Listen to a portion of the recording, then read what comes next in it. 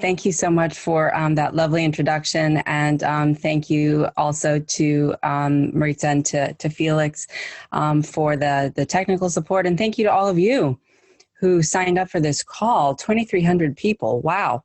I don't know that, I suppose broadcasting as a television news anchor and as a reporter, you have Nielsen ratings and things like that, so people keep track of that, but I don't think of it that much. And I guess it's just really humbling to kind of notice that so many of you are interested, whether you're watching live or on the replay, that you're interested in this work. You may see my little cat people over there. That's Maggie and Penny coming out of the call. So for those of you who are traumatized by cats, I apologize. For those of you who like them, they're there and with us also. And so part of what I want to sort of just name and notice is that we are here together. And so I would like anyone who would like to put in the chat their sort of, their name, if you'd like to add your pronouns, if you'd like to add where you're from, if you'd like to add perhaps what is it that brought you to this call today? What is it about it that perhaps spoke to you or was of interest to you? I'm just curious because we're all at different points in our journey. We're certainly at a particular moment in time. And, I think that this is just perhaps an opportunity to get to know one another, because as we lean into doing this work, part of what it is that we're noticing can be supportive is doing this work together. It is difficult, I think, to do this work alone. It's challenging. And while we have different experiences, obviously, as people of color, Black Americans around the world, people of color who are marginalized based on white body supremacy or whiteness and domination and all of the things that go along with imperialism and colonialism, we also recognize that when we are joining, we can scaffold one another, we can support one another, we can recognize that we each have unique experiences to wherever we are, and we also have experiences that perhaps we can learn from one another about. I see Corinne from Cincinnati, moving so quickly, Barbara, Jocelyn, Brenda, Sue, Kim, Karen, San Francisco, folks from Michigan, New York. Welcome to everyone. Welcome to everyone. And please, feel free to chat as we go if you like. I want to start by doing a land dedication and just a naming that I'm here actually in Massachusetts, although I live on Lenape and Canarsie land in what is now known as Brooklyn in the United States of America on Turtle Island. This is Indigenous territory, First Nations territory. Here in Massachusetts, it's Nipmuc territory. And that territory is not something that was given. It was something that was settled on, inhabited. And I am the recipient of being there. I carry privilege to be here right now, obviously. And I just wanted to name that. And you can actually also yourself, if you like, and I'll put this in the chat if you can find it. This is a little map that you can use to, I just put it in the chat there, Felix, if you want to be able to pull that up for folks. Sounds good. You can find out where, where you are, whose land are you on. And so, as I said, my name is Francesca Marguerite Maxime. I'm a Haitian, Dominican, Italian-American, multi-ethnic woman, mixed race here on Nipmuc territory in Massachusetts. My pronouns are she, we, and us. They always used to be just she and her.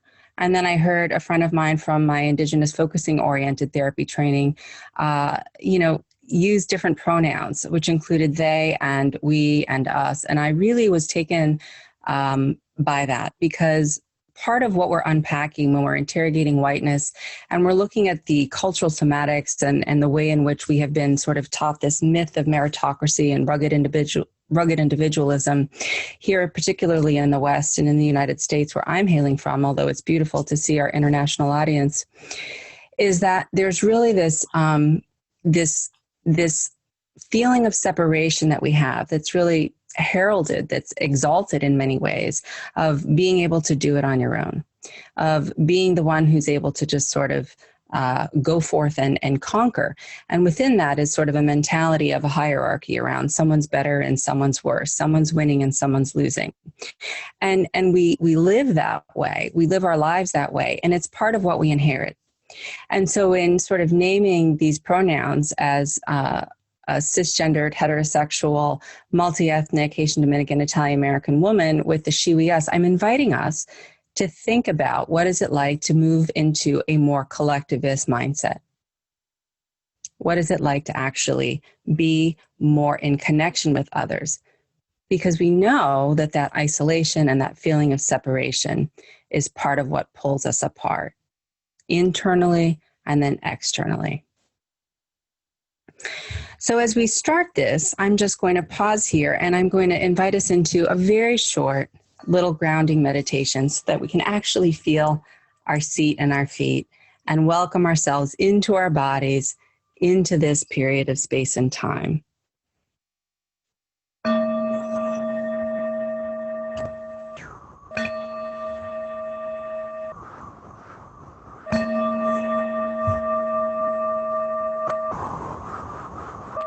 Just taking a couple of mindful breaths here, feeling our feet on the floor and our seat in the chair.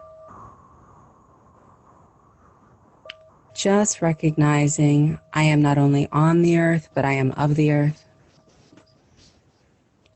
There is no separation. Feeling my feet on the floor, the weight of gravity pulling me down into my seat, noticing that I am here, taking my seat in the midst of it all, noble and dignified, relaxed and alert. I'm enough and I matter, no better or worse than anyone else. Here I am, in the midst of it all.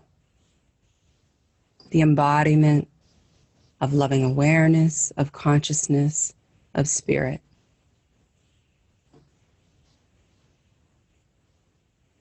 Breathing in and breathing out, noticing the quality of the breath, whether it's long or short, warm or cool, dry or moist. Noticing sounds near or far, just being aware that there's a quality of hearing. And if our eyes are closed, we may notice that there may be a smell, the quality of smelling. If we've eaten breakfast or lunch, there may be residual qualities of the taste of something in our mouths. Just noticing, bringing these into our awareness.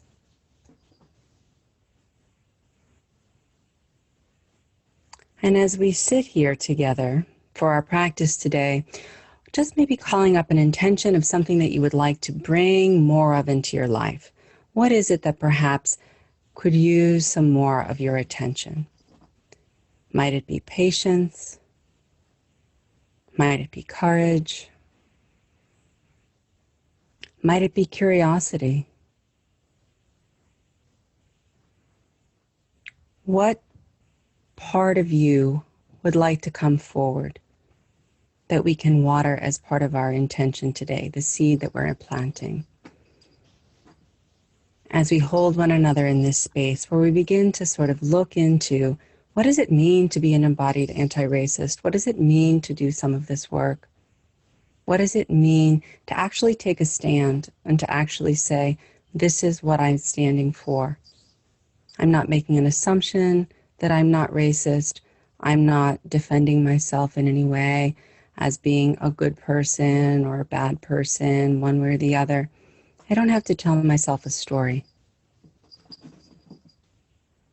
I can just feel my feet on the floor, my seat in the chair. I'm enough and I matter, relaxed and dignified. Taking our seat in the midst of it all. Wishing for this time the intention of well-being for all beings.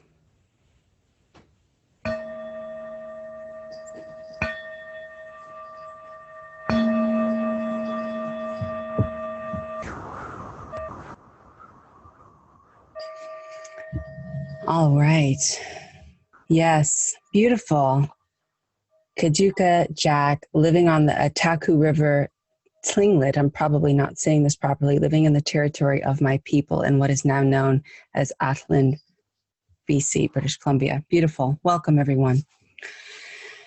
And so maybe just coming back and from a somatic perspective, looking around the room, wherever you are, taking in what's here, orienting yourself to the present day. It's October 14th right now, maybe twisting the torso, sort of checking around, saying, okay, I'm here in this room, whether it's my home or my office, and noticing how I'm actually seated in place and time here, October 14th, with everyone else.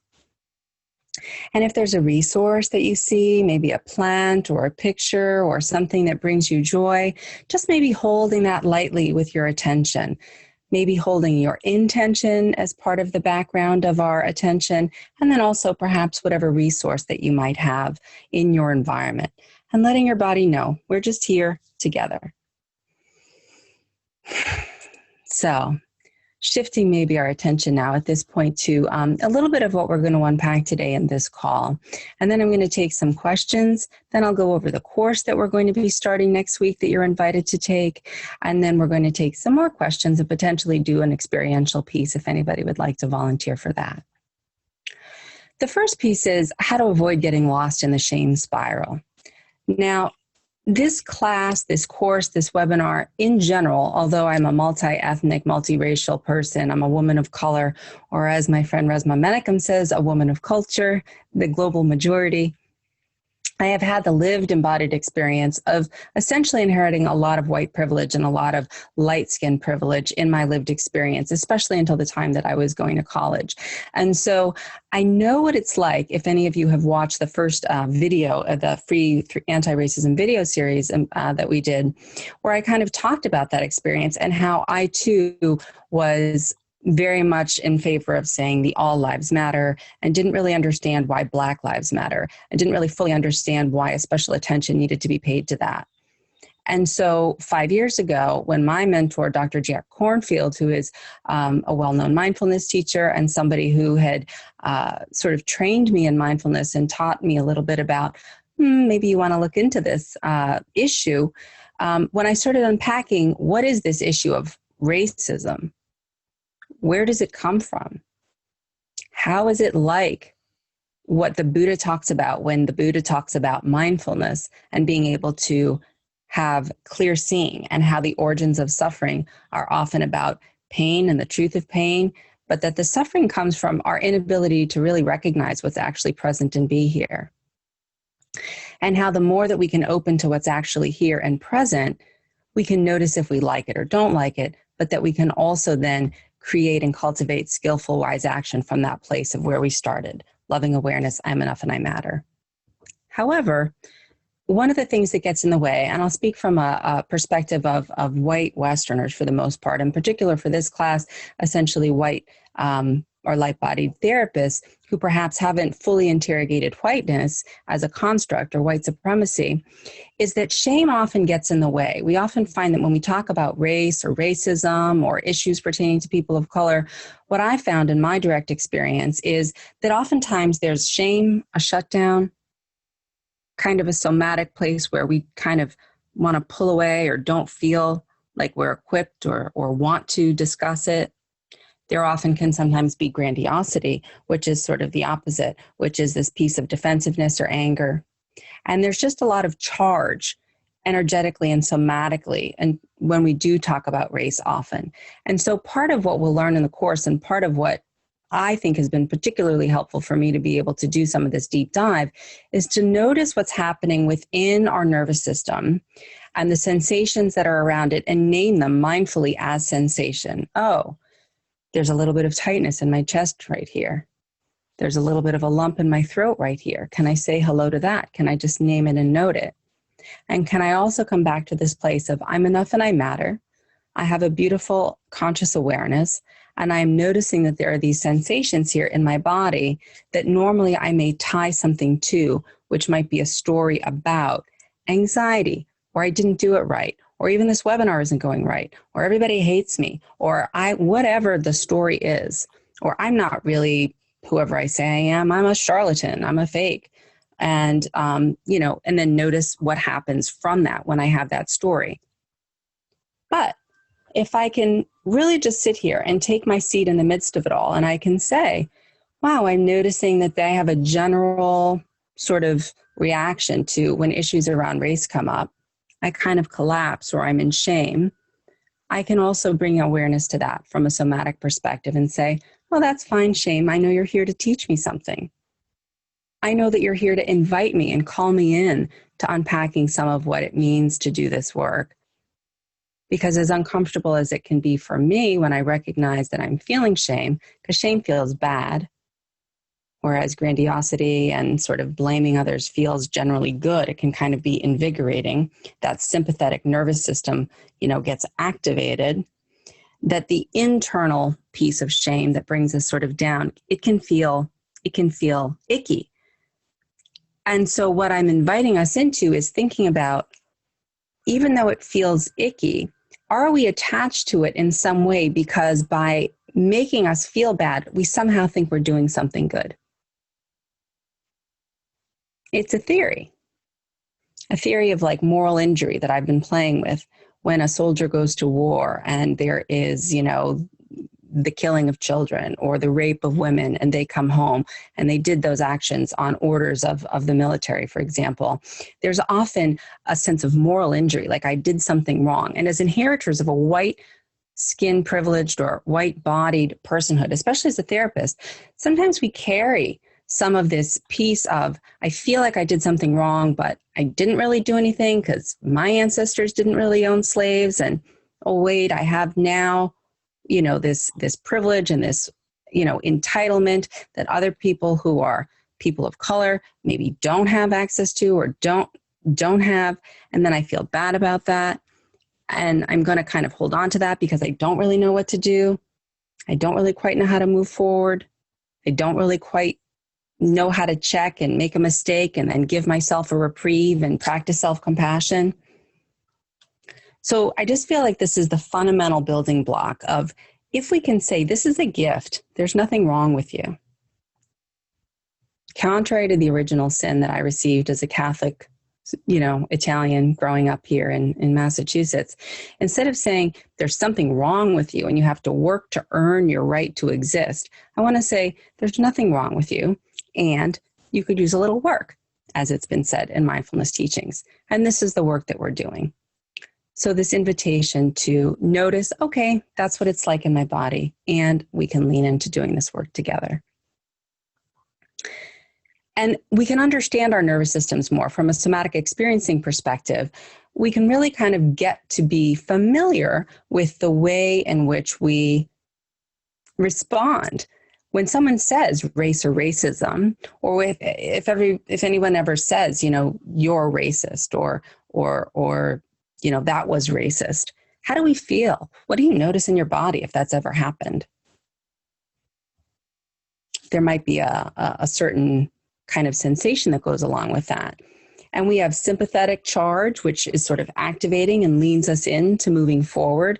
I know when I heard about George Floyd and Breonna Taylor and the litany of other Black and brown bodies that have been killed, particularly by the hands of police this summer, but also for centuries, the more that I was unpacking that, the more that I realized that, yeah, this is something that needs to be brought attention to in a different way. And the structures need to be looked at as to why is it this way. But understanding the nervous system and how it lives in me was part of that. So this sympathetic charge, when I heard those things, let me sort of lean in and say, no, I'm declaring this anti-racism work. I'm not just going to be non-racist and assume that I'm, well-intentioned. Because that well-intentionality is something that Dr. Martin Luther King said, if I can actually find the quote, is not particularly helpful in the long run. In the long run, it can be challenging. Let me just read this real quick. He said, shallow understanding from people of goodwill is more frustrating than absolute misunderstanding from people of ill will. I'll read it again. Shallow understanding from people of goodwill is more frustrating than absolute misunderstanding from people of ill will. And that's the Reverend Dr. Martin Luther King in 1963 from Birmingham jail cell. And I say that because as therapists, we enter into the helping professions often because we're taught, especially in the institutions and, the academic settings that we are trained in, we're taught to go and help other people. We're taught to go lean into, help support communities of color. And while that's important at a certain level, without doing it from the place of having interrogated whiteness and our own social location and positionality, it's actually very unhelpful. And one of the things that can be very important for us to begin to learn how to do is how do we look at our own social location and our own place in the world in a way that helps us understand that all of what we do is coming from a certain perspective based on our own lived experience. So when we look at this chart, for example, it is an invitation for you to say, where am I on this chart? Privilege, power, access, and resources in the center. Because racism, as according to the People's Institute, which I think is a good definition, is about power plus prejudice. So it's about really a system of dominance and who's in and who's out. And you'll see that white, male, ruling, wealthy, US-born, heterosexual, Protestant or Catholic, able-bodied, that these are here and they're centered. But as we move out, as we go back, as we are middle class, working class, as we have disabilities, physical, sensory, mental, as we practice other religions, Judaism, Muslim, Hindu, as we are lesbian, pansexual, queer, that we somehow are decentered out of this and therefore given less access to power. And as we understand where we are here, especially as white or light-skinned privileged therapists, we can understand more about what it is that we're missing.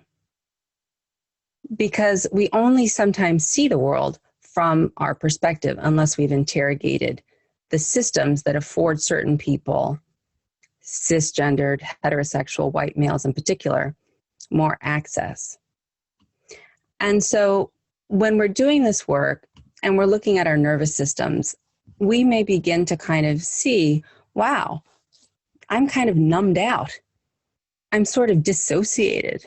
I'm sort of not aware. I haven't really looked at this. I'm Italian, I'm German, I'm Scottish, my background is this or that, but I'm American in this case. Of course, we have international callers. However, to what degree is our Americanness a disassociation from our history, our assimilation as a requirement to fit into this rugged individualism structure? And so there's sort of a kind of a inherent separation or numbness that we can feel, and almost a cognitive dissonance when we see folks suffering who aren't like us, where we sort of have come to accept it. We don't like it, but we've come to accept it. There's a part of us that thinks that there's something wrong with that. A homeless person, someone who's unhoused, just like I should say someone who's enslaved or had been enslaved as opposed to slaves, right? Just look at the language, the imperialist sort of Viking dominant language, everything is a noun as opposed to a verb. It's named, it's fixed as opposed to moving like a verb, right? That all of these systems are caked into what whiteness and white body supremacy are about. And the more that we become aware of some of those, we can unpack them. The more that we're able to be with our direct experience and our embodiment, the more that we're able to turn to whatever it is that's actually here, physically, and then also out there in the world. So the goal of this webinar, if nothing else, and the goal of the class, if nothing else, is to say, I'm enough and I matter. Shame has its purpose only insofar as that it's used to kind of let us know something's off. And usually that something off is something internal that feels separated, that doesn't feel quite in balance. But that because of that shame and that overwhelming sense of disempowerment that comes with it oftentimes, we oftentimes fixate on fixing someone else instead of interrogating here, because like Anne Lamott says, my mind is like a bad neighborhood. I don't want to go there alone. Our inner critic is going, 24/7, that we don't want to go there. So this is an invitation to do it together and to be able to go there together. Stephen Porges' Polyvagal Theory really does talk about what it means when we get into that dorsal vagal sort of shutdown. What happens when we freeze and we pull back? These are survival responses. We don't have to tell ourselves a story around what's right or wrong or good or bad with us about that. We can simply say, my body responds to being accused of being a racist by shutting down and kind of pulling away. That's fine. It's a survival response that we've had when we feel like we're under threat or under attack. Or the opposite. My body responds that. AA said that Anne Lamott quote first. I believe that. I'm sort of checking chat here and there, so I'm not totally checking chat. I apologize. Yes, I can give you the link to the social physicianality chart afterwards also. But that idea of being able to sort of be with that and be with our direct experience, knowing that the dorsal vagal shutdown is there and knowing that we can pull back and knowing that we can also come and have a courageous, energetic, sort of more leaning into it and getting curious about it by saying in internal family systems language, Dick Schwartz, who's also a guest lecturer on the class that is going to be offered starting next week, he talks about the idea of calm, curiosity. Can we be curious instead of feeling like we have to be shut down? Can we be mindfully curious? And that goes into the piece of identifying and welcoming our parts.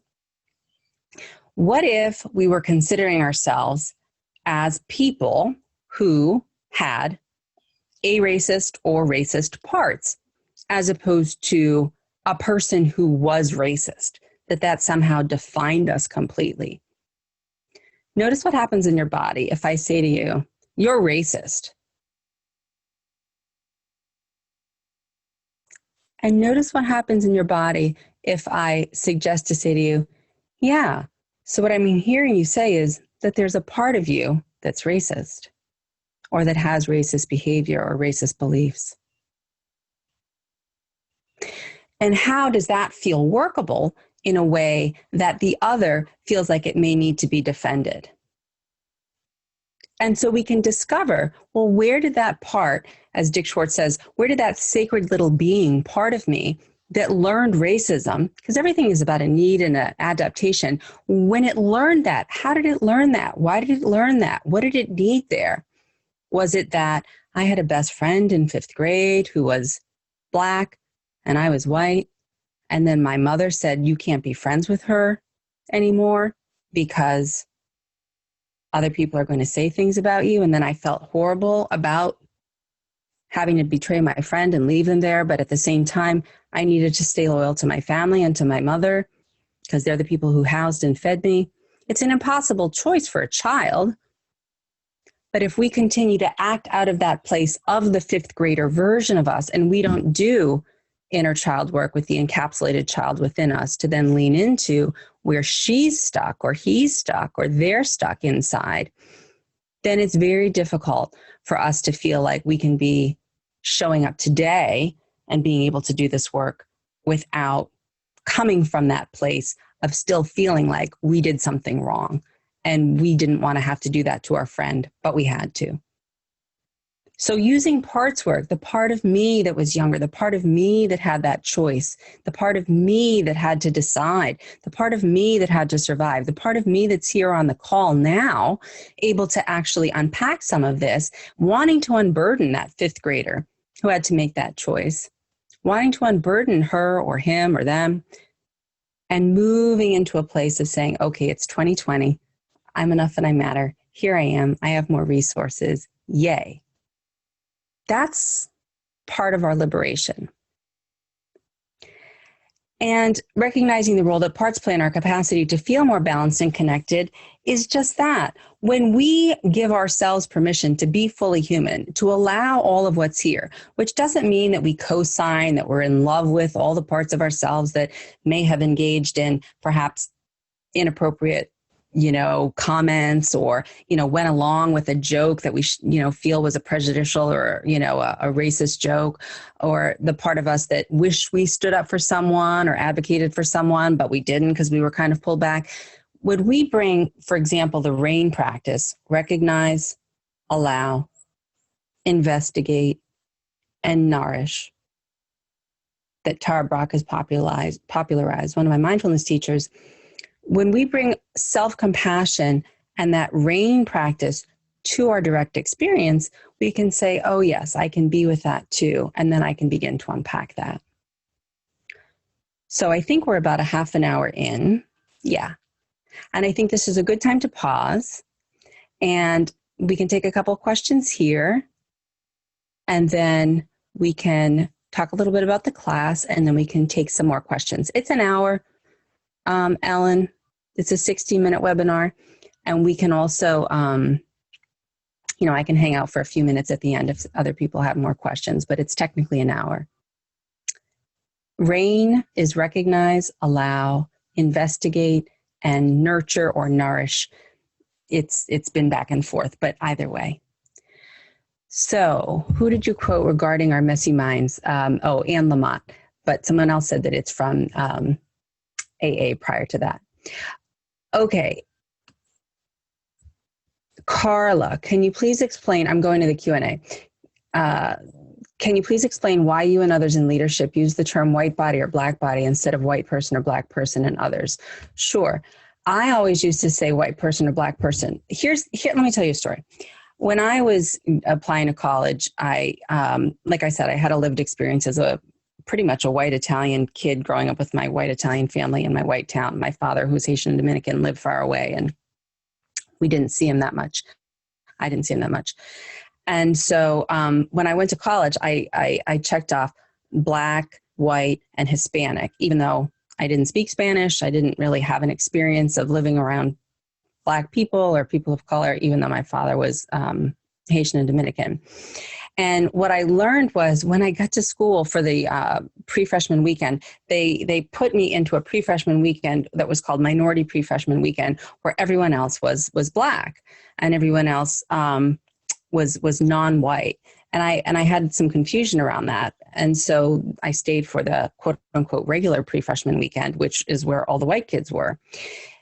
Now, the reason why I say white body or black body is because people who are othering you, meaning that they're categorizing you by what they're seeing and what they are experiencing of you, which is a melanated level that is non-white.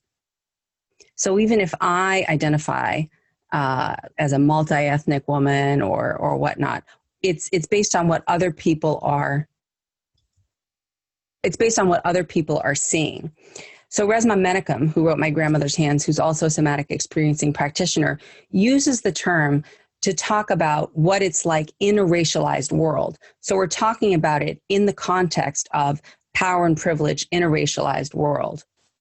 They are black people, we are white people, and we are black people, or people of culture, or people of color.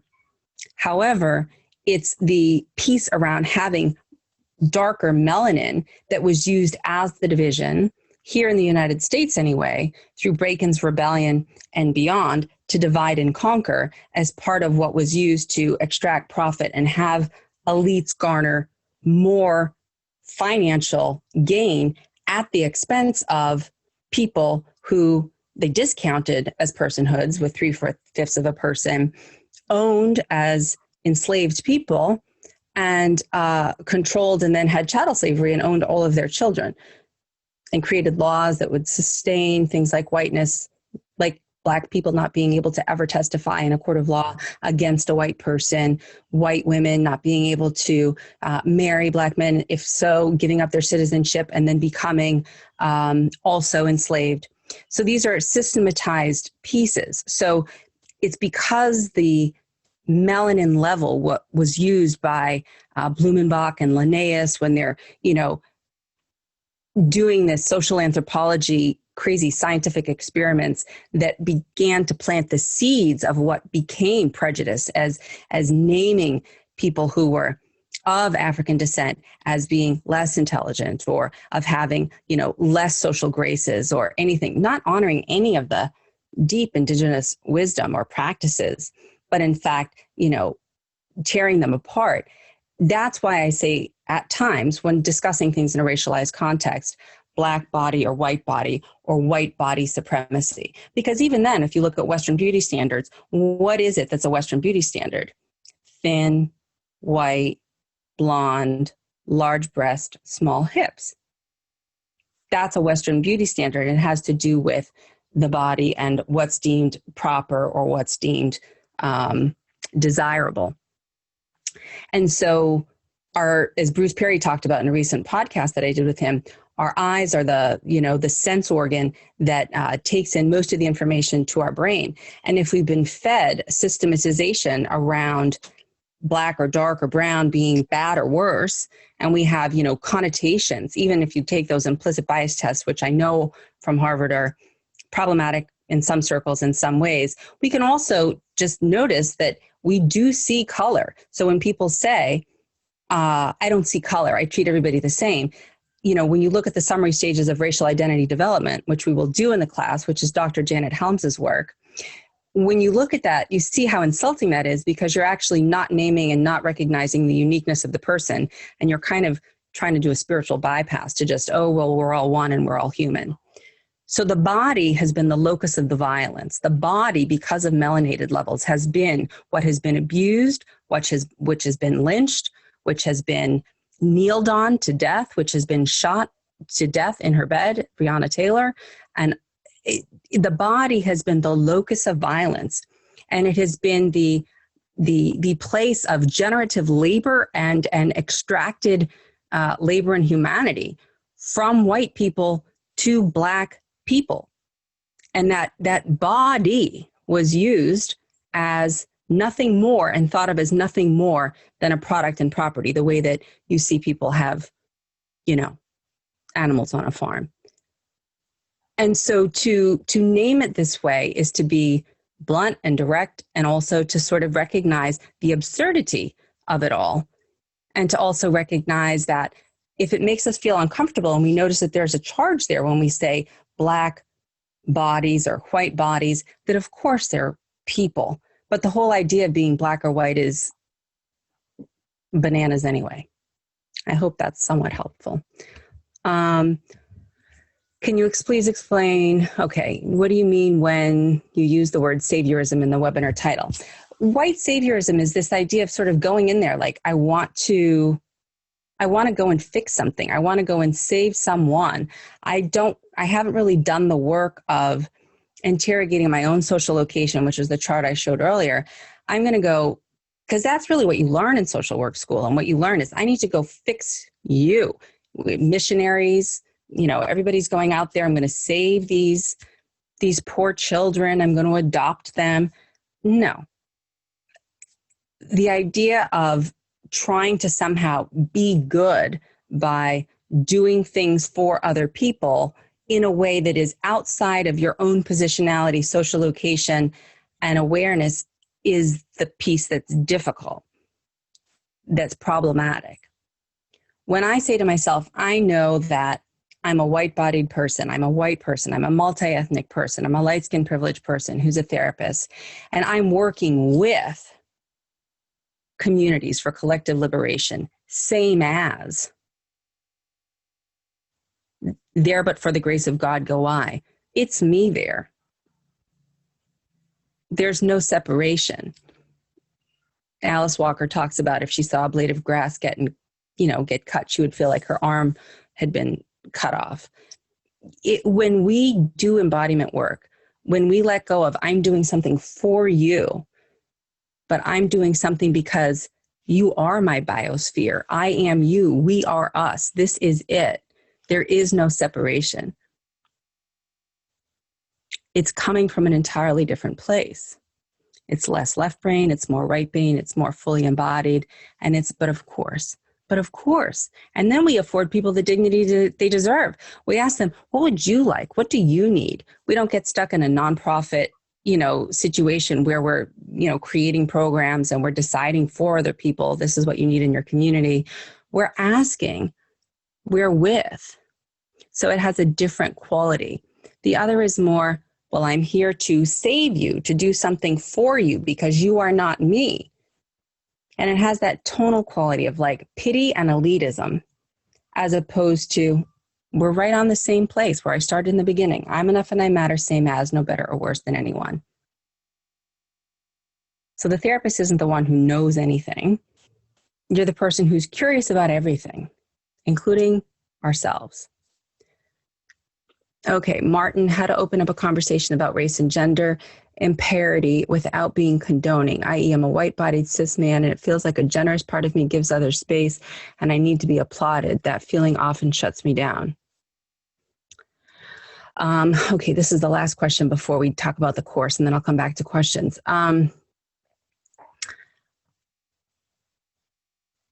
Without being condoning, I'm a little confused by your question, Martin, but what I think you're saying, I'm a white-bodied cis man and it feels like a generous part of me gives others space and I need to be applauded. That feeling often shuts me down. I think what you're saying is there's a part of you that likes feeling valued, and there's a part of you that feels like when you do good things for other people, or you feel like you're doing good things for other people, that the external validation makes you feel good in a way, but also shuts you down from, in another place, like from maybe doing more, because then you maybe feel guilty about feeling good, I think. So that's an interesting internal dialogue, an internal loop. And so if that's the case, and I hope I'm understanding your question correctly,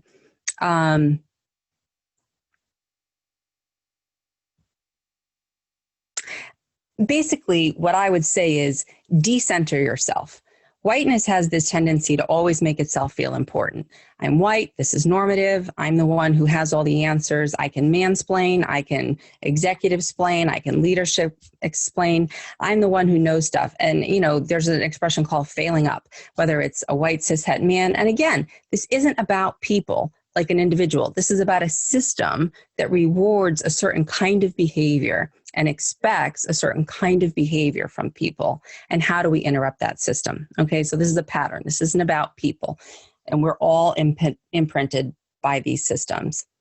That if we can be decentering and give space to, hey, I'm curious about what you as a woman or you as a person of color or you or whatever have to say.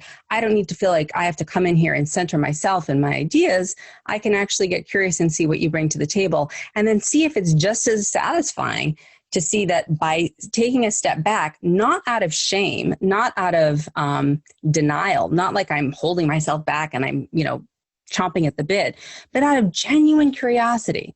Like maybe something new can come from someone other than me. In patriarchy, I'm the one who always has to come up with the solutions and be the center of the show.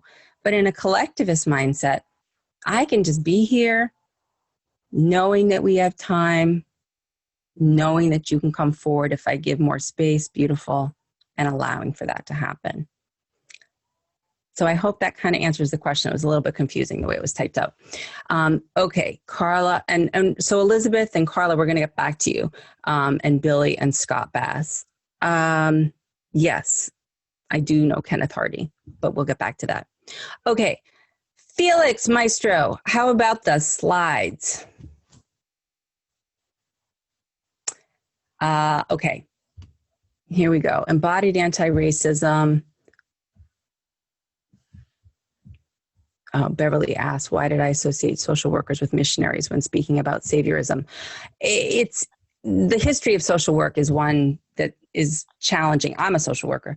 And I think that there's a similarity around missionaries and the way that people sort of go out and do things, and the way that social workers, at least in my training at Fordham last year, was about, kind of going into certain communities sometimes without fully checking and having stakeholder buy-in from the communities that are being impacted by the quote unquote helpers.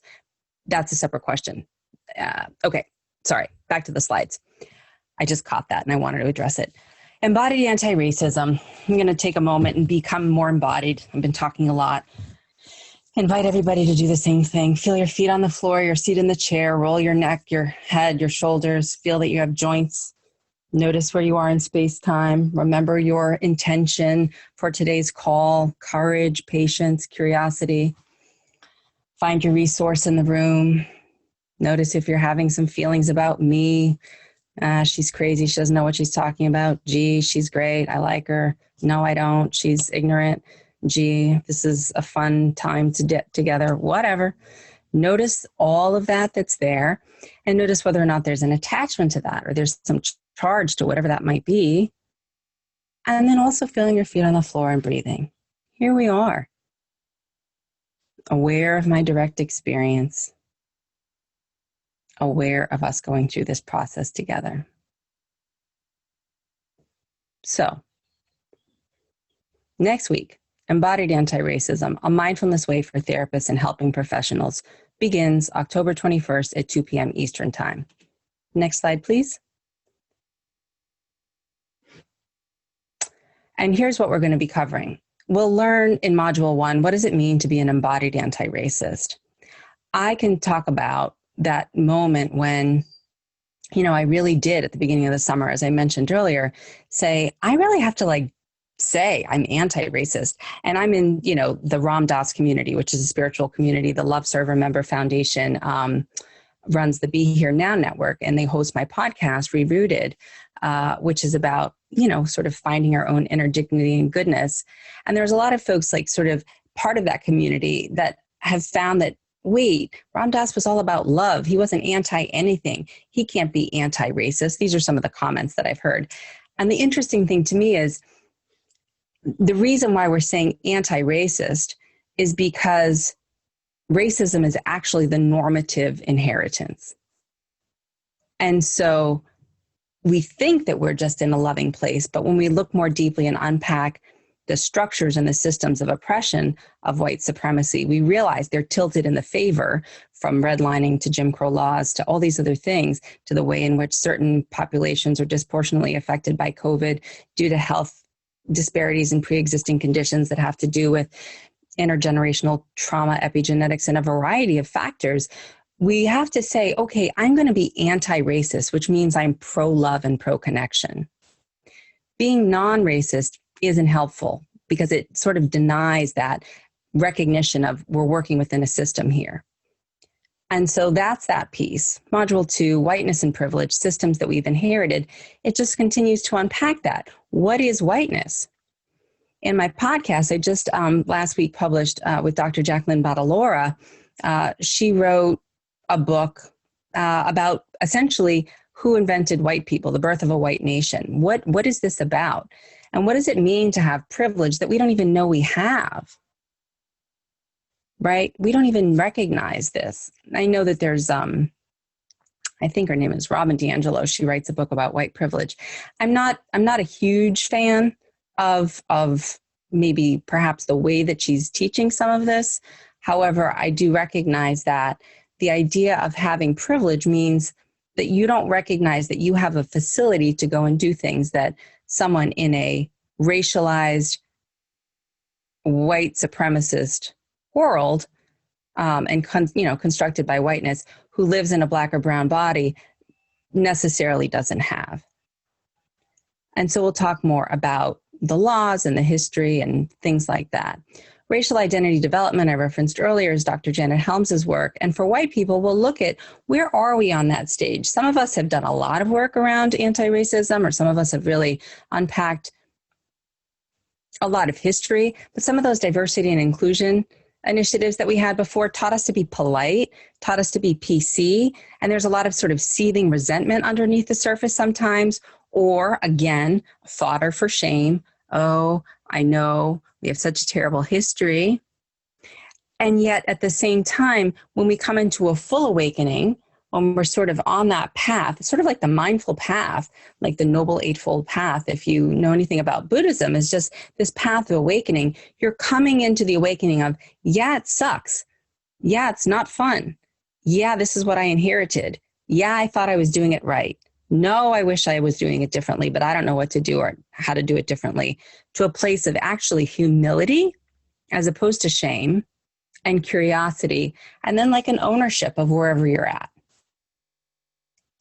And moving toward a different a different stage. Allyship kind of gets into what I was talking about earlier around for or with the missionaries. Am I in the same boat with you? Because we're not all in the same boat. Like, again, my mentor, Jack Kornfield, says, yeah, some of us have yachts, some of us have canoes, some of us are clinging to a piece of driftwood in the middle of the ocean. You know, we are, in a way, all human, but at the same time, it's these systems that have afforded some access versus others. And unless we're aware of our place, our social location and positionality within this system of whiteness, then we aren't necessarily perceiving things or being as helpful as we could be if we were more curious. And then the final piece is the grief work, collective and the individual. Assessing community needs is essential. Yes, yes, yes. Was thoroughly relational individuals. Okay, sorry. Yes, of course I'm making generalizations, Martha. I appreciate that. Whole fields that are actually quite diverse. Of course there are fields that are diverse. You know, yes. Okay. I'm not going to get off track, but yes, Martha, I hear you. I hear you. I'm not trying to denigrate or say, I'm just talking about my own experience. And besides, anytime we're talking about racism or racialized trauma or institutions or power and privilege, you know, there's going to be a lot of pushback. And I'm sure that, you know, it's not going to be pleasing to everyone. And perhaps I can say things better or differently in certain ways. So I take full accountability for that. This isn't easy. I wish I could just give you recipes for strawberry cake and we could all have puppies and kittens and rainbows and we weren't in a racialized world the way that we are. So I own that, whatever it is. Okay, grief work, collective and individual. Are we willing to be heartbroken? Are we willing to be in this place where we recognize the totality of what it means to live in a world that is this inhumane? Are we willing to recognize that beyond politics, beyond that the driving force of greed in terms of these, you know, old for-profit corporations that came over and, you know, wanted to use human beings as indentured servants, but then as enslaved in perpetuity for chattel slavery, as property, and really sort of dehumanized ourselves in the process as lighter white-skinned privileged people. How do we grieve that? How do we mourn that? How do we allow ourselves to be heartbroken in a way that cracks us open, like Leonard Cohen says? You know, the crack is where the light gets in that song. How do we open to that? And how do we scaffold that with the piece of I'm enough and I matter, and we're doing this work together?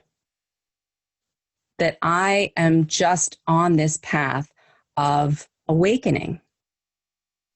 That I'm on this path mindfully, sort of leaning in with other folks to try and unpack what's here. And we can create rituals around that. We can recognize that there are things like Sorry Day in Australia, the Truth and Reconciliation Project in South Africa, where we can name publicly some of the things that are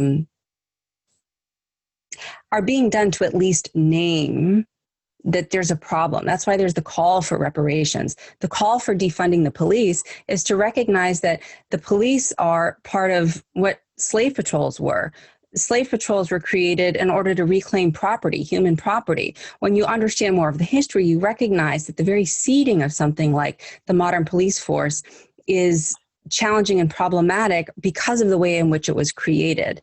And so that's why when people say, oh, well, we can move toward restorative justice, when we can look at other kinds of, reconciliation and reparation, that we can imagine something new. Okay, next slide. What is included? You have 5 pre-recorded teaching modules in the course, meaning 5 lectures from me on each of the 5 topics. You have 5 live Q&A calls, which are primarily about you being able to talk whatever it is that you need to say.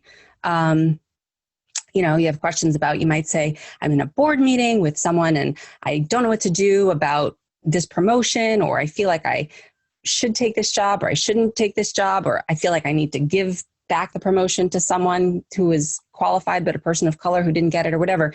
Maybe you want to unpack that and talk about that in a Q&A call. Maybe you want to talk about your somatic reactions to the way that it might feel when you have a woman of color who's, trans Black woman as your boss, and you're having a challenge taking orders from that person. I mean, come on. It's okay. We can talk about it.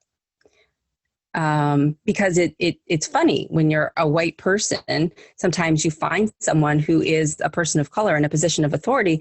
You may not even realize that you have like feelings about that. You have somatic reactions about that, but that's okay. That's why this course is here. We can talk about it. You have private membership site to access transcripts and downloads. And you can chat amongst each other. You can leave comments and things like that. I'll also provide you with the resource list of a whole bunch of things that are books and articles and further trainings and teachings and institutes that you can go to, all of which kind of I've engaged in that I've found helpful over time. And you can go to the next slide, Felix. You get 5. Okay, I know people are leaving. I guess we're wrapping up. 5 expert training videos, accepting your assignment with Jack Kornfield. His basic point is, hey, you know what? If you have privilege, this is just an assignment that you're accepting. This is something that if you want to lean into doing this work, you can do it or not do it, but it would be a nice thing if you picked it up and could do it. Sociocultural and sociopolitical considerations for mindfulness with Dr. Shelley P. Harrell. She talks about using mindfulness as a way to lean in to doing anti-racism work. Whiteness on the Couch with Dr. Natasha Stovall talks very specifically about what can you do to bring up in therapy sessions with your clients, issues around race and racism, and how they live in the body, and how to use the theories that you're already practiced in, whether it's psychoanalysis or whether you're a sensory motor psychotherapy person or a Hakomi person, or you studied cognitive behavioral therapy or whatever it is. How do you use your tools to unpack racism and race? Everyday Racism with Susan Cousins. She's actually from Wales. She talks about the experience of what does it mean to have to suffer from things like a hate crime? What does it mean to be resilient there around taking care of yourself mindfully as a person of color, given the fact that we're living in a racialized world? And then, of course, Dick Schwartz, The Racist Part in You, which we referenced a little bit earlier. And to just sort of welcome that and then unpack that and work with that. Next slide, or if that's the end, I don't know. Yep, 5 pre-recorded teaching modules, 5 live Q&A calls, downloadable replays and transcripts, and the bonuses with those 5 guest lecturers, Jack Kornfield, Shelley Harrell, Natasha Stovall, Susan Cousins, and Dick Schwartz. And so really, it's a 5-module course. It's only $347.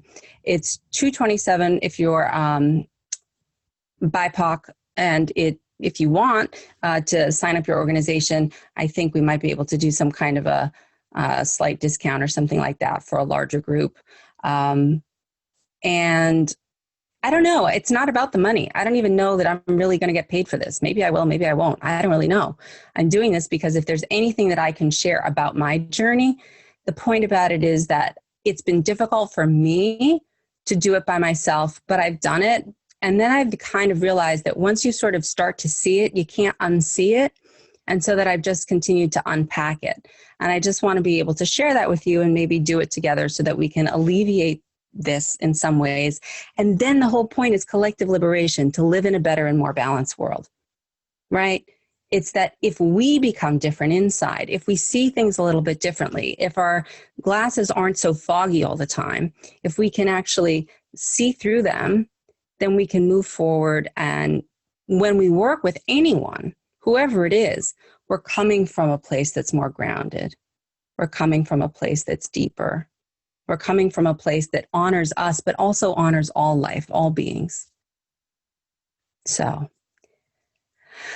all right. I think that's our time for today, but I'm willing to stay on the call if anybody wants to hang out. Felix and Brian, you tell me what you guys would like to do.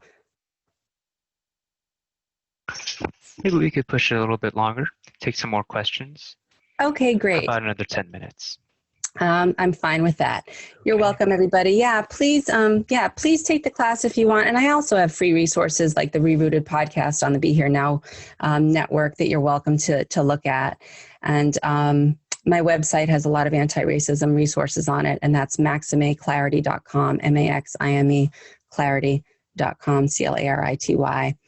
And I know this isn't perfect, right? I'm on my learning journey also with you. So if I've offended anyone and there's an oops on my part, an ouch, there's an oops over here, if there's an ouch over there, I know that intent and impact are not the same thing.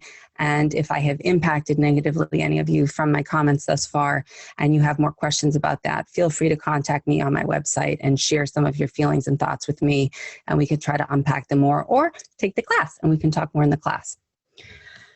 So back to questions, Elizabeth. I am particularly interested in the concept of appropriation. We live in a culture that is enfolded aspects of many, many cultures, so I'm having difficulty understanding how to navigate this one. Well, okay. I like to use the example of the Kardashians. When you look at, you know, the Kardashians, I'm not saying that, I mean, they have a beautiful Armenian culture, actually, which I think is quite amazing, because I used to have a partner who was Armenian, and I loved Armenian culture. It was very rich. But what they've done is market and sort of exploit in many ways, or appropriate what you would see is Black culture, between the braids, between, you know, the way in which they dress, the way that they do lip injections and you know, sort of derriere, you know, heightening or whatever it is that's happening down there. I come by it quite naturally. Thank you very much, which you cannot see, which is fine. But that is quite literally my inheritance, is to have, junk in the trunk. So the point being is that when you look at someone like the Kardashians and they are sort of pushing forward and reaping benefits. I mean, I think what's her face there? Kylie is $1 billion woman now, based on using another person's culture, another culture for your own benefit without sort of giving it its due and making space for it. That's why you see someone like Rihanna really laying claim to her right as a pop singer to be a Black woman who is trying to empower other women as a domestic violence survivor and things like that. That she can do things in a way that's appropriate because she doesn't need to ask for permission. The appropriation versus the appreciation is the piece around, does someone else have consent? Did they consent to my use or exploitation, extrapolation, my taking of their culture? And if they didn't consent, if I didn't ask them, then that's on me. And yes, we're blended, but at the same time, is there a way that I can go back to my roots? One of the things you can talk about is, where did you come from? And what's your culture? What's your ethnicity? What's your dress?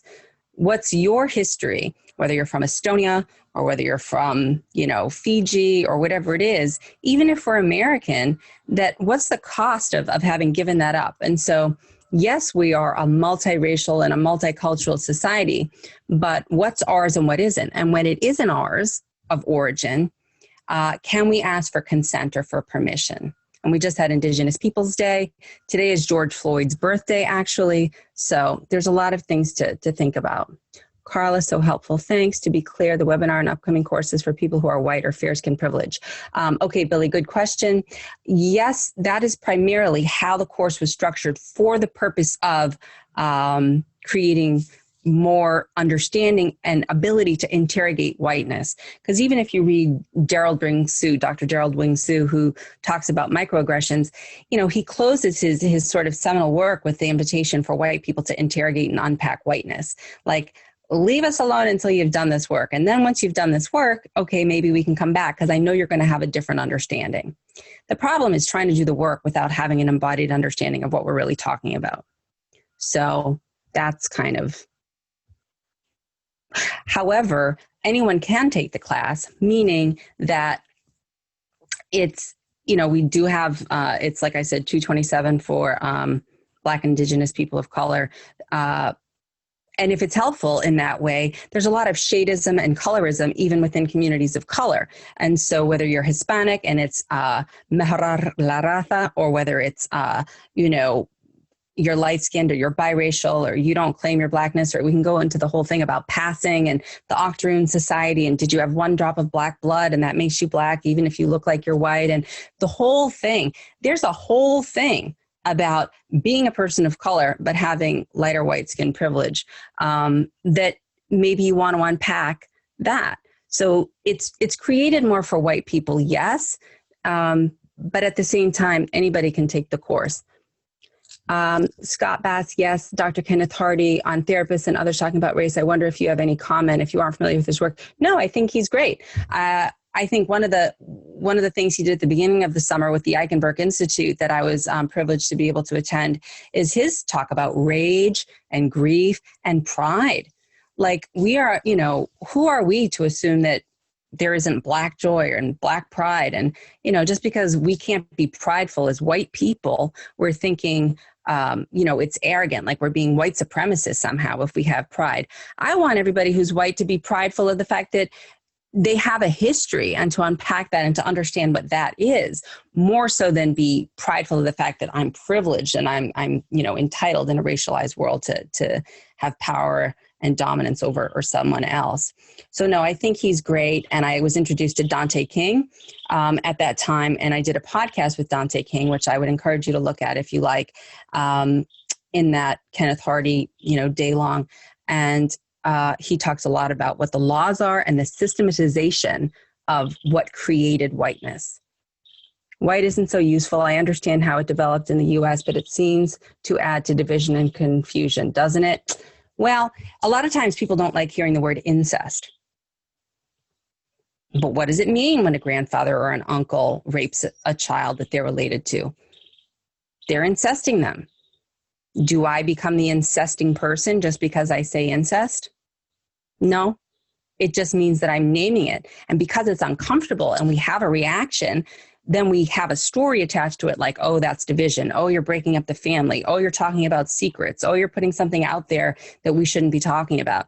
No, we absolutely need to be talking about it, because otherwise we're being gaslighting. So I think naming whiteness is the problem, meaning that it was constructed. So you name it to tame it. And then with that awareness, you come from a different place. But you can't bypass the naming of it, the racism, the whiteness, the incest. You can't not name it. You got to name it, welcome it into the room, just like we welcome all of our parts. Oh yeah, the part of me that's judgy, the part of me that's selfish, the part of me that's compassionate. I welcome all of them. As we do that mindfully, coming from the place of I'm enough and I matter, that defensiveness around, ooh, it's divisive. Ooh, we can't say this, white, black, this, that. We get over it. We get more comfortable. Kaylin, can you speak to racialized intergenerational trauma for white and Black bodies? Yeah, I think that we become dissociated as white people, because what happens when you are sitting there in the 1930s and 40s, smiling, holding hands with your boyfriend or girlfriend, watching a lynching? When you're a kid whose dad brought you to watch someone be executed, and this is, when we talk about attachment theory, I'm bonding with my father over the murder of someone else because of a concocted story about what? That they looked at a white woman in a way that they weren't supposed to. And that I'm sort of trying to, as a kid, be here with my dad, watching this murder and seeing everybody celebrate this. What do you think that does to a white body? The cultural somatics of now inheriting white skin privilege, regardless of our background, regardless of our history, regardless of whether or not we were slave owners, regardless of whether or not we have anybody that we know who was present at something like that. This is cooked in. This is part of the imprinting, neurologically, somatically. So again, when we become aware of it from that place of groundedness and connection, we notice what our somatic reactions are, then we can start to unpack more about what it means. So racialized intergenerational trauma for Black people clearly can mean a whole bunch of things. We've seen, people will talk about things like social determinants of health, and they'll say that, Black people have, a predisposition to, negative health outcomes around certain things. But it's racism that is the pre-existing condition that has set the stage for why telomeres may fray, why epigenetically there may be, changes in genetic variance over time, things like that. Without that, you don't get that. So if we get rid of the racism, we'll have different pieces around physical health. When you look at the way in which, boy, oh boy, chat is so active. When you look at the way in which, for example, we talk about mental health.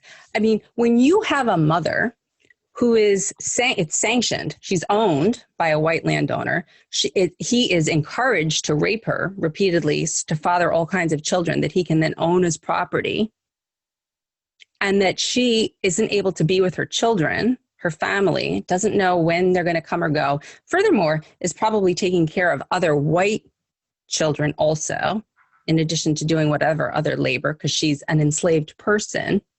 What do you think that does to a family? What do you think that does over time? And if you look at Dr. Joy DeGrew's work, who's a doctor of social work, who teaches a wonderful class that's every 10 weeks or so, she talks about positive racial socialization as a way to combat some of the insecure attachment that may happen over intergenerational fracturing within the family system like that. So there are causes and conditions, which is Buddhist language and mindfulness language, for interdependence of how things are always influencing one another. Like I said, we're process, we're not fixed. So that's the good news. This is our intervention, naming this system that we're in. Okay, Tamara, how do we get a copy of this recording? Sure, they'll send it to you because you signed up for this. Wow, thanks for your clarity. Angela, I am an Italian-Armenian woman who is, experience being on the edge, not being white-skinned bodied, yet so many white privilege, not being considered of color. I know, we're odd ducks, aren't we? I wonder if you can speak to this. I'm so impacted by my ancestors' extreme traumas, it's hard for me to live a normal life, yet I feel invisible with my similar experience of oppression. I know, because you have white-bodied, light-skinned privilege here in this country, and so you feel like your trauma doesn't matter. So let me say this. This is not the trauma Olympics. It is not. Not your trauma is better than my trauma. I did a podcast with Dr. Diane Goodman, who's Jewish, and she talks about how oftentimes this comes up where a lot of Jewish folks, at least in my experience, who are therapists, sort of go back to say, well, the genocide and, Auschwitz and Buchenwald, and yes, absolutely. And there's a unique lived experience to being a Black American that isn't present when you have a white body in, that's Jewish here in this country, that they're different traumatic experiences. So they're both valid. We make space to unpack both of them, and we grieve and mourn and do our inner trauma work around that. So if it's about the Armenian genocide, which I know well, if it's about, I didn't even know that Italians were also lynched early on because Italians weren't white. Italians weren't white. Irish weren't white. We all became white. We assimilated because of the way in which these laws were set up. We were allowed to do that. But Italians were lynched. There was 11 of them in New Orleans who were lynched for being swarthy and for being affiliative with Black people. So to unpack your own trauma, Angela, I think is really important. And to have compassion. My ancestors survived. I'm here. Like someone survived. Someone made it. Someone's here. Amazing. Beautiful. The resilience, the craftiness, the way that we know how to navigate the life that we've been given. And we're on a call like this. What could be better? What better time to start than now? To start to take care of the tender parts of us that need our attention, that we have resources to care for now, that our ancestors were not so fortunate. They would want that for us because we heal 7 generations back and 7 generations forward. This is all my relations. This is not us and them, Black and white, you and me. This is all of us through space-time. This is not just some going forward with these little pieces and it's just I, me, mine, and I'm healing my trauma. Yes, we take care of this. We water the seeds that are here. We plant the seeds, we uproot the weeds, we do our little gardening here, and then we go out and we can work with the whole field. We can work with the whole forest, and then we can intermingle and our, roots can intertwine. That's the whole point. We can get back to equanimity and balance, which is what we really are missing. Okay, last 2 questions and then we're going to go.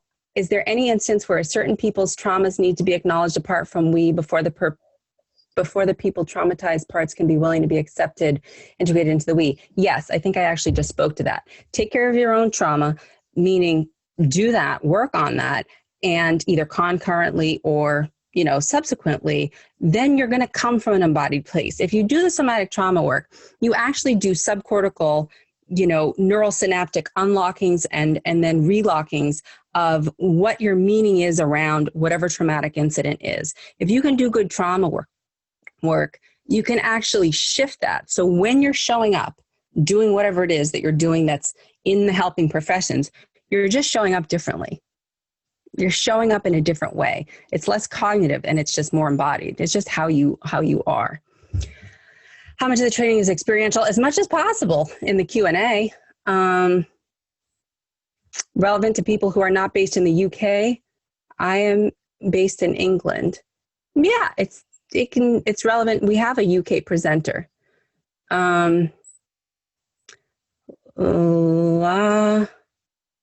Okay, Daniel Lamarod's assistant. Okay, I'll get back to you, Daniel. The last question from Riley: how do you see education about identity? Oh my goodness, this is jumping around. I can't see people. It's like jumping around. Riley, how do you see education about identity, power, and bias with clients as part of the therapeutic work? Okay, I think this is the last question for now. We could go on for days. I'm happy to hang out forever, but what I'll try to do is take some of these questions and maybe answer them later if I get a download of them or something like that and post them somewhere if possible.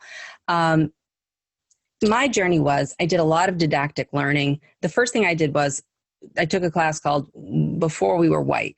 And I learned about my own history as Italians, or how you can unpack that so that you do the appreciation piece and not the appropriation piece, and you understand what the assimilation piece is all about.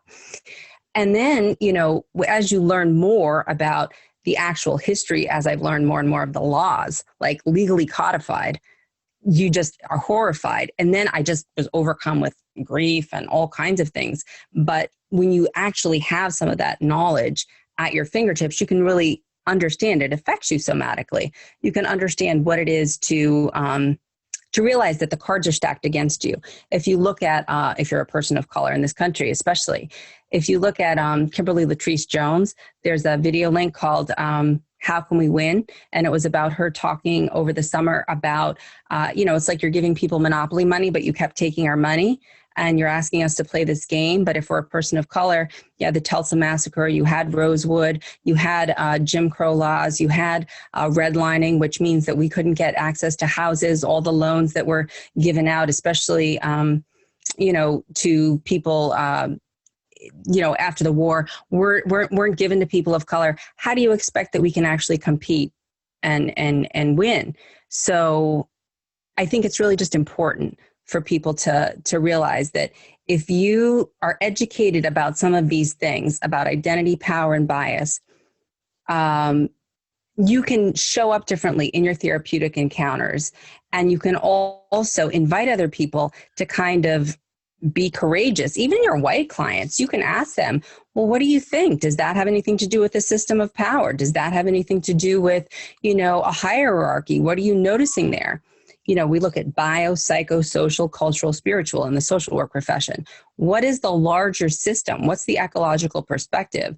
How did they fit into that? So what's their social location? Who are they? What's their personal trauma experience or history as to why they're in therapy? What's yours as the therapist, and how have you been able to work with that? Not just from a transference, countertransference perspective, but from a place of your own embodiment. And how can you invite then in your clients to be curious about that? So I would say learn as much as you can from books and classes, but don't let it stop there, because it's going to be an ongoing process, and we're going to make mistakes and we're going to piss people off. And so what? Keep going. That's the whole point. I think we have to end. I would like to keep talking, but I'm afraid that probably somebody's not going to want me to do that. So I will stop. But the questions are rich, and Daniel says, my BIPOC friends have shared with me so many horror stories of their experiences with white therapists they've worked with, and the therapist's lack of awareness of multicultural working and investigating their own bias. My question, what advice or guidance can you give white therapists about addressing or speaking to the ethnical and power dynamics of cultural difference in the room when they begin working with a BIPOC client from the very start, naming it with humility, care, and respect from the very start.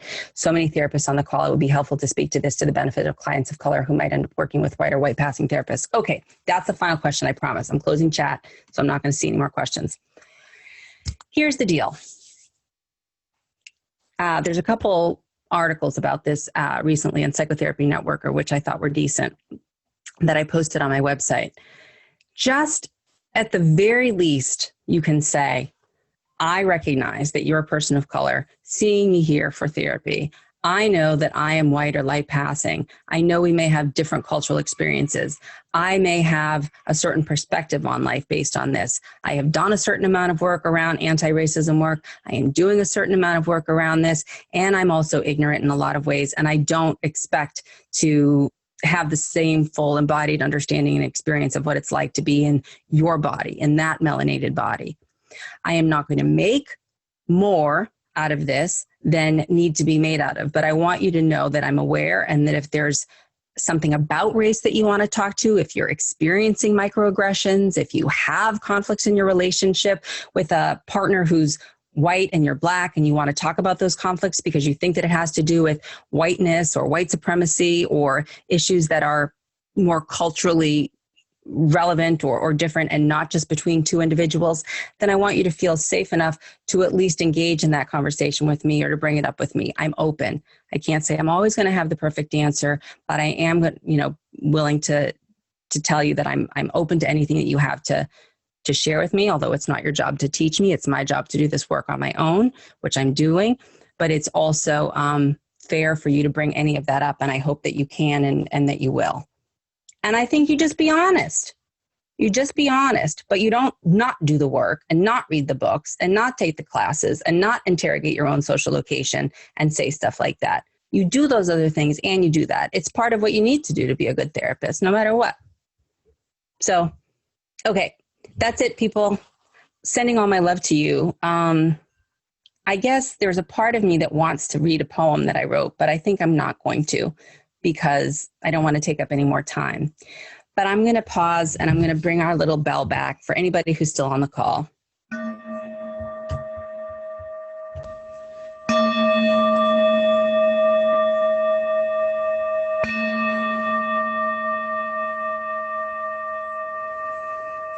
Just taking a couple of breaths here. Noticing even in my own body as we're talking that I've been activated and engaged and really thrilled to have so much engagement with you. Again, my deepest intention is non-harming. Perhaps turning your attention back to your deepest intention at the beginning of this call. Was it curiosity or patience or calm? Was it courage? Whatever that was, as you feel your feet on the floor and your seat in the chair, breathing in and out, I'm enough and I matter, noble and dignified. And for me to be able to do this work, I need to fully be with my own self, all the parts of me. And the more that I'm able to do that and recognize where I sit in relation to everyone else, the more that perhaps I may feel as though I am not separate. We are here together. Black lives do matter, indeed. That this is not an endeavor around self-absorption, but rather one around self-interrogation and self-honesty. And that as we begin to feel strengthened to do this work, as we begin to feel as though it's okay for us to make mistakes, as we really, really lean into what attachment theorists would say, rupture and repair, that I'm able to come back to myself, that I'm able to be there with my clients, whoever they are, in whichever way, again and again, without making up a story about it, but just showing up with humility. That through this process, as it becomes more of a practice, we can scaffold this work, this inner work and this outer work, by joining in it together. May all beings be safe. May all beings be happy. May all beings be healthy. And may all beings live with joy and with ease of heart. And may we dedicate our practice time together today to the benefit of all beings.